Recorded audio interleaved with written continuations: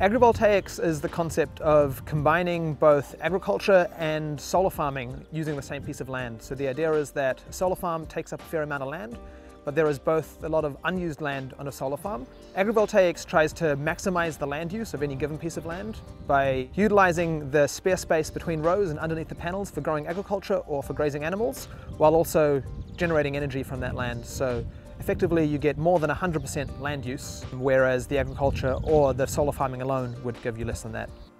I was reading newspapers and seeing some articles come through around New Zealand's goal to move to be 100% renewable energy by 2030. Articles around solar farms coming to New Zealand basically.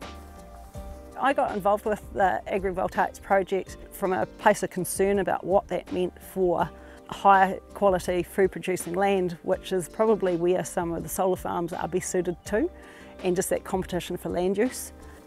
I just thought, well, surely there's got to be a way we can do both, perhaps tweak both systems to find an optimal system where we can still farm and carry out that food production while also generating a renewable energy source on the same site. We do research on a variety of renewable energies. One of those aspects is microgrids and looking at making communities more resilient. And we've also been working in the solar photovoltaic space, looking at the performance of PV systems and the appropriateness of those PV systems and integrated with microgrids. This led us into looking at farming communities and making farming communities more resilient. Agrivoltaics is quite new to New Zealand. It's still being explored. There might be some small trials around at the moment, but it has not been done on any sort of larger scale. Infotech, as well as Tambo and Victoria University, have been working to see how best this could be used in the New Zealand context. We did a GIS analysis across the country, which showed that we have vast amount of agricultural land that's entirely suitable for agrivoltaic systems. It's not going to be possible in all cases to build really big solar farms. So working with farmers to look at those paddocks that are suitable and sizing of systems that are appropriate for our distribution systems where we need to feed that electricity in is a key aspect that we're now currently investigating with a number of different farmers around the country. Yeah, I think everyone's looking to diversify, you know, like we're looking for other options that we can do within our farm gate, So like anything like this, I think is probably, you know, you'd be remiss not to look into it at least, or at least give it an opportunity to see if it could work within where you are. But if it doesn't impact your day-to-day farming or business, then go for gold, I reckon, yeah. Livestock, because of their mobile grazing nature, are potentially a good fit with solar panels because they won't leave anything to waste. In the Aotearoa district, we've got a number of communities that are at the end of single electricity cables, and those communities are developing all the time. More lifestylers moving into some of those communities. You start adding EVs into the equation, and the lines companies have got some real problems. They recognise those problems, and that's some of the conversations that we've been having with them. Agrivoltaics, you need a really good level of planning, and planning around how to fix the environment, how to fix the farming activities, and also how to fix the wider community.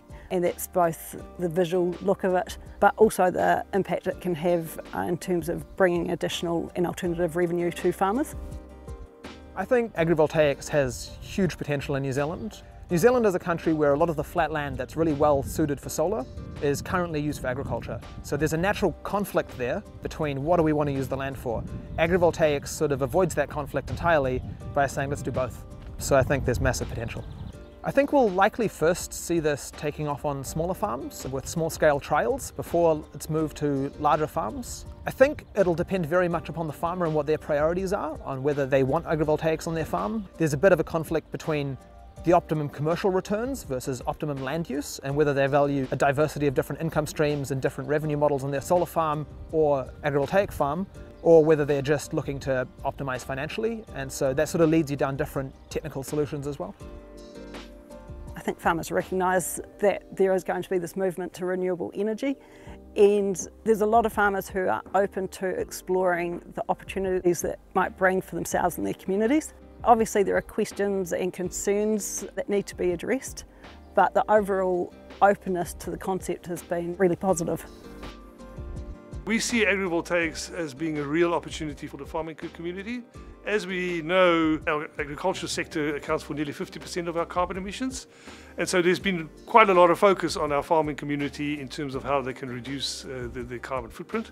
Agrivoltaics offers the farmers the opportunity to actually be part of the solution, to generate green electricity, carbon-free electricity, that actually means a reduction in the carbon emissions of the economy as a whole. This potentially offsets any carbon that's associated with the normal operating practices of farmers. And so this is why we are quite excited to be working with farmers to be part of the solution for this just transition that we require for the economy.